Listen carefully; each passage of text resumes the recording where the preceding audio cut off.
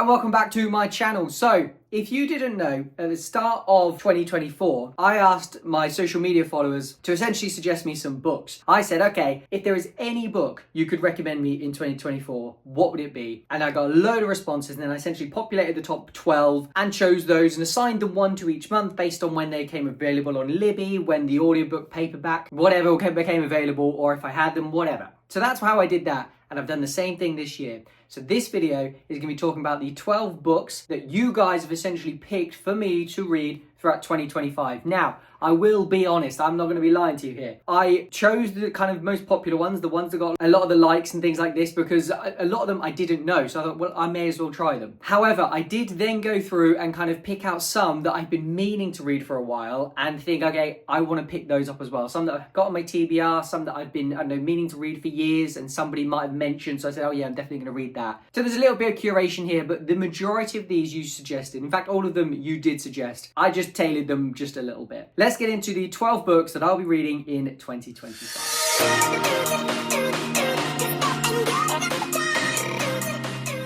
So the first book I'll be reading in 2025 that you chose for me to read anyway in January is going to be The Bee Sting by Paul Murray. Now, I think I had seen this around. I've seen a little bit of it here and there. I've seen the front cover, this sort of thing, but I had absolutely no idea what it was about. So I've just had a look on my laptop as to what the book could be about, and this is what it describes it as. The book depicts the dysfunctional, hapless lives of the Barnes family of Ireland, with portions of the book dedicated to the lives of each of the 4 family members. That gives me no idea as to what I'm going to be reading here. There is no concept there as to what I could be reading. But either way, a lot of people recommended it. The front cover is nice as well, as you can see here. It's a nice front cover. I like the front cover. Don't judge a book by its cover, but realistically we all do. If it's got a bad front cover, we tend to not pick it up. If it's got a good front cover, it appeals us more. A lot of the time, good front covered books do well on social. Either way, very good reviews pretty much everywhere you read about it. A lot of people, as I said, recommended it online. And as I said, it's kind of a book I've seen around already. So I thought, well, maybe it's my time now to get around to actually reading that. So that's the first book on this list of 12. And that's the one I'm going to be reading in January. So I need to get that sorted. I need to get that ordered. The next book I'm going to be reading is The Women by Kristin Hannah. Now, if you didn't know, I am a huge Kristin Hannah fan. I started off with The Four Winds. Then I picked up The Nightingale. And both of them I was a massive fan of. I like Kristin Hannah's writing. I like the way she depicts characters. I like the fact that the stories are never that fantastical. They're just gritty. Often women just struggling to do things, getting over the struggles, being powerful. I just love it. They're obviously often sad,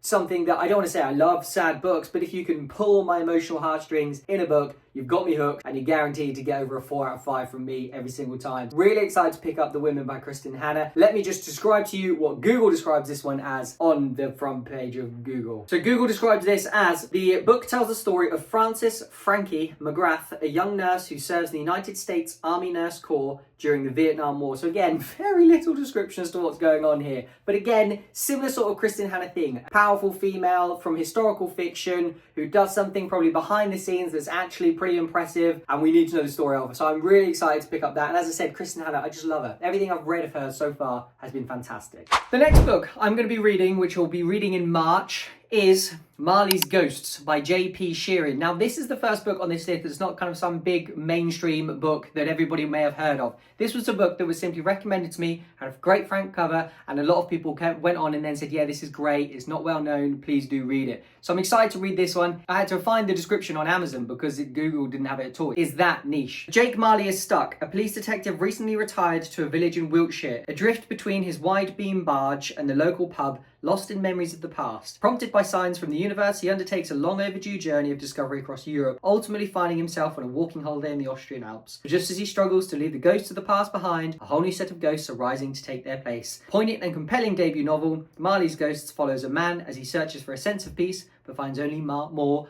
dark secrets. Exciting, interesting, sounds great. Really excited for that. Let's see, and we'll see what it's like in March. So make sure you stick around, subscribe. Reviews of these books will be absolutely everywhere on my social media channels and definitely over here on YouTube. In April, I will be reading Orbital by Samantha Harvey. Orbital is another book that I have absolutely no idea about. I'd never heard of it before. I'd never seen the front cover. I don't think I've heard of Samantha Harvey, but so many people recommended it and so many people kind of responded in the comments saying, yes, read this. This was brilliant. Loved it. That I was like, I have to get that on. Plus, it's something just a little bit different. I have no idea what the concept is, so let's quickly quickly find out with a quick Google. So Amazon has this down as 6 astronauts rotate in their spacecraft contemplating the world below. A fragility of human life fills their conversations, their fears, their dreams. So far from Earth, they have never felt more apart or protective of it. They begin to ask, what is life without Earth? What is Earth without humanity? Cool. So it's kind of philosophical, a little bit interesting, a little bit like, okay, we're gonna have some deep conversations here. Depending on how this is written, I could be really interested. If you've got some genuinely good characters in here, this could be fascinating for me.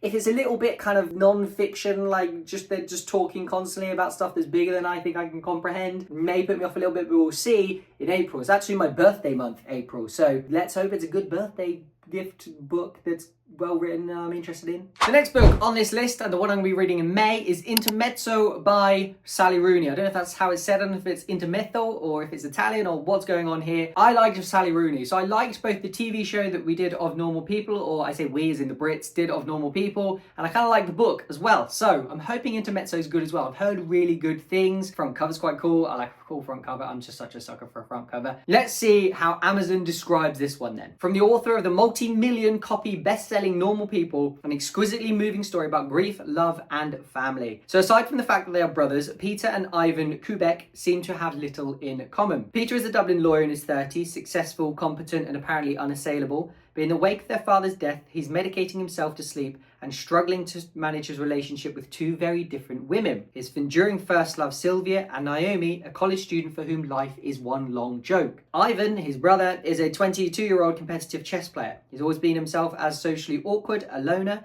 the antithesis of his glib elder brother. Now, in the early weeks of his bereavement, Ivan meets Margaret, an older woman emerging from her own turbulent past, and their lives become rapidly and intensely intertwined. For 2 grieving brothers and the people they love, this is a new interlude, a period of desire, despair, and possibility, a chance to find out how much one life might hold inside itself without breaking. Interesting, cool, love Sally Rooney, really excited to read about this one. She's fantastic at writing just gritty, pure humans and characters in her books. They've got interesting, genuinely interesting human stories going on. The next book I'm going to be reading, which I should be reading in June, is The Art of Racing in the Rain by Garth Stein. This is a book that, again, I'd never heard of. The front cover doesn't look great. It has a picture of a dog on it, which is just sensational, and I love that, but it's not like artsy. It seems to me like this isn't a book where I would pick it up pretty much ever. However, so much emotion has been poured into a lot of the posts about this one in response to me. People being, get yourself ready because you're going to be crying. So let's find out what this book is about according to Amazon. It's already about a dog. So it says, Enzo knows he's different from other dogs. He thinks and feels in nearly human ways. He's educated himself by watching extensive television and by listening very closely to the words of his master, Denny Swift, an up-and-coming race car driver. Through Denny, Enzo realizes that racing is a metaphor, that by applying the techniques a driver would apply on the racetrack, one can successfully navigate the ordeals and travails one encounters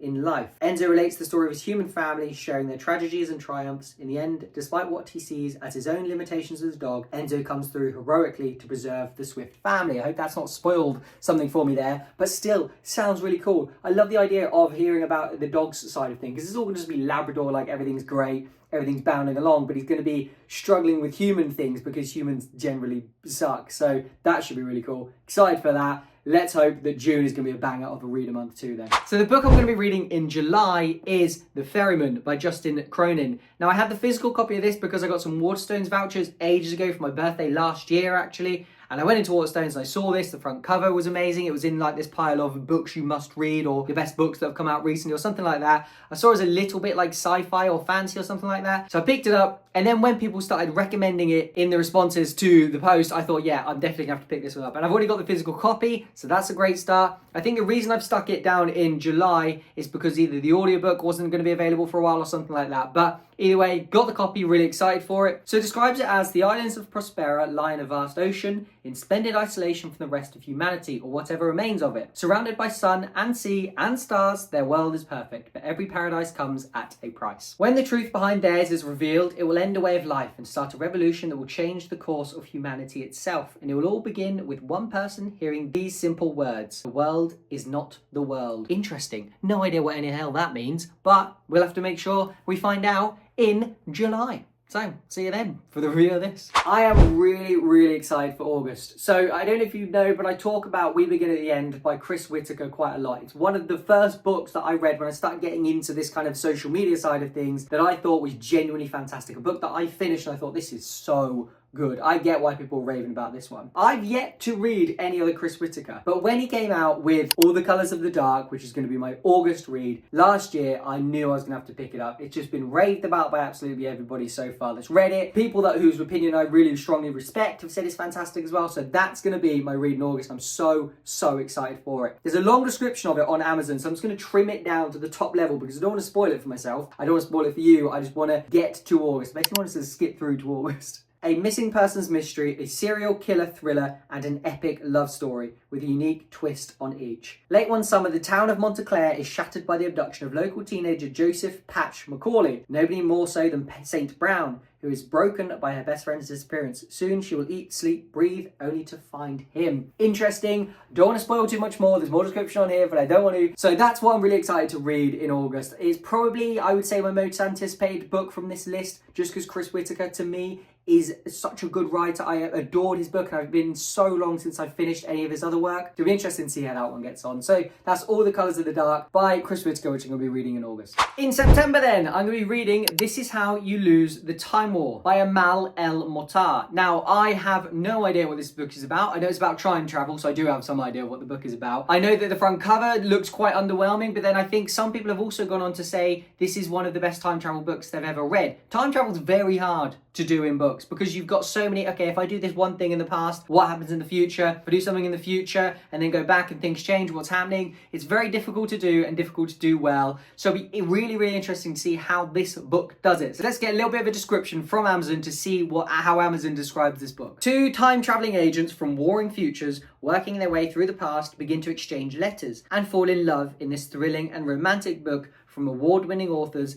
Amal El-Mottar and Max Gladstone. Didn't realise Max Gladstone was involved. Apologies. Really interesting. I love the idea that we're not just doing like time traveling and we're not just doing fancy, but there's a love story here. There's something genuinely interesting going on in this time travel. So we'll see how this one goes on. We'll see how this one kind of unravels at the end. This is going to be really interesting for me because love, time travel, I don't think I've ever read anything anywhere near combining those two in a book. So let's see how that one gets on in September. So the book then that I'm going to be reading in October is Empire of Silence by Christopher Ruocchio. Now, I don't know if I've said that right, and I don't know if I will ever say it right. If someone knows in the comments down below how to pronounce that properly, please let me know, because I'm going to be talking about it a lot. Empire of Silence is a book that I've seen on my radar for a long time, or has been on my radar for a long time. Radar, not radar. Don't know why I said it like that twice. Either way, it's a front cover that I recognise everywhere. He's had two different front covers very much, I think, depending on UK and US. Both times I look at it and I think, okay, cool, and then people come out raving about it, and then the following books apparently are sensational as well. So as soon as somebody recommended this in the responses online, I started to think, well, I'm gonna have to pick it up this year. This is gonna be the year that I pick this up and finally get into this series that people have absolutely raved about for years now. To The Empire of Silence, let me quickly read you a description that Amazon have given to what this book's all about. Hadrian Marlowe, privileged first son of a duke, was destined for greatness, and he has become a legend. The Sunslayer, the breaker of sieges, the crusher of civilizations. His is a story which defined the course of worlds. This novel is not that story, not the only laid out in the history books charting the 300 years of his life. Rather, this is Hadrian's story, told in his own worlds, of being passed over by his father for rule in favour of his younger brother and sent to a military academy against his wishes. Of being kidnapped in transit to that planet and sold into slavery on a planet at the edge of a war against the Cielsen, and of how he used their eventual attack to claw his way back into the dangers and opportunities of politics. So, I'm not gonna lie, that's not sold it to me. I don't really know what any of that means or what any of that's about. But, as I said, reviews have just been overwhelmingly positive. People, again, whose opinions I really respect. People who say books that I love are also great have said this is fantastic. So I'm really excited to get onto that one. So that's Empire of Silence by Christopher Ruocchio. So the penultimate book I'm going to be reading in 2025 is Hunted by Abir Mukherjee. Now this is a book that I have never heard of before. This is a book that literally up until I posed this question, people started posting as a response, I had never even seen online anywhere. However, a quick Google showed me people will respect this. It's been on some top thriller book lists of 2024. So let's find out what it's about because I'm quite excited to get into it. I do like a thriller, and if it's thriller that's in like the top thrillers and people are saying it's one of their favorite books of 2024, it must be good. So let's get into it. It's a week before the presidential elections when a bomb goes off in an LA shopping mall. In London, armed police storm Heathrow Airport and arrest Shajid Khan. His daughter Aliyah entered the USA with a suicide bomber and now she's missing, potentially plotting another attack. But then a mysterious woman called Carrie turns up at Shajid's door after travelling halfway across the world. She claims Aliyah is with her son Greg and she knows where they could be. Back in the US, agent Shreya Mistry is closing in on the two fugitives, but the more she investigates, the more she realises this case is far from as simple as it seems. Hunted by the authorities, the two parents are thrown together in a race against time to find their kids before the FBI does and stop a catastrophe that will bring the world to its knees. So we're talking terrorists, we're talking massive crime, we're talking airports getting a bit shady, we're talking like international troubles going on. Exciting, love the idea of it, love a good thriller, love it like an international espionage sort of thing going on as well. I also don't think this is Abir's debut into kind of books. I think it might be his debut into like this kind of slightly different genre. I think he might have done detective series before. This is like the big thriller international thing going on. So really excited for that. So that's my November book. Let's see if that's going to be any good. Again, let me know if you've read any of these down below and which one you're most excited for me to be reading. And then last, but by absolutely no means least, is December. Now, is this book particularly festive?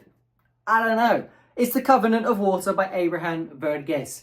Now, the reason I've picked up The Covenant of Water is because somebody else picked another of his books as well. So then I thought, well, I've got The Covenant of Water and I don't have that other one. I don't want to be reading two Abraham Verghese's books on this kind of list. This is the one that I chose. I already had it. There we go. So that's why I got chosen. The blurb of this is quite long, so let's quickly go through what this is about. Beautiful front cover, by the way. Absolutely stunning. At the turn of the 20th century, a 12-year-old girl is sent by boat to her wedding, where she will meet her 40-year-old husband for the first time. From this poignant beginning, the young girl and future matriarch known as Big and Matchy will witness unthinkable changes over the span of her extraordinary life. Full of joy and triumph, as well as hardship and loss, her faith and love the only constants. This sounds so good. This sounds a little bit like A Thousand Splendid Suns by Khaled Hosseini. The idea of a person being in a relationship they don't want to be in a country that is not particularly comfortable. It just sounds fantastic. It sounds poignant. It's quite long. There's quite a few long books on this list, which may be a little bit of an error on my part. Picking a book that I have to read that month is quite long when there's got other books that I may just want to read around them at the same time. But either way, I'm really excited. This has got a Oprah's Book Club 2023 pick. So again, must be an absolute banger. So they're my 12 books that I'm going to be reading in 2025. Let me know if you've read any of them. Let me know if any of them are on your TBR to be reading this year, or if you read them last year, how good they were, or any previous year. It doesn't just have to have been last year. You could have read them at any point. Either way, if you're new here, don't forget to subscribe, because I will be doing book videos probably for the rest of my life until I'm grey here, wrinkled to dishevelment here, and all my teeth are falling out, and I'm like here like this, like, oh please. Anyway, subscribe, like, comment down below, and I'll see you in my next video. Goodbye.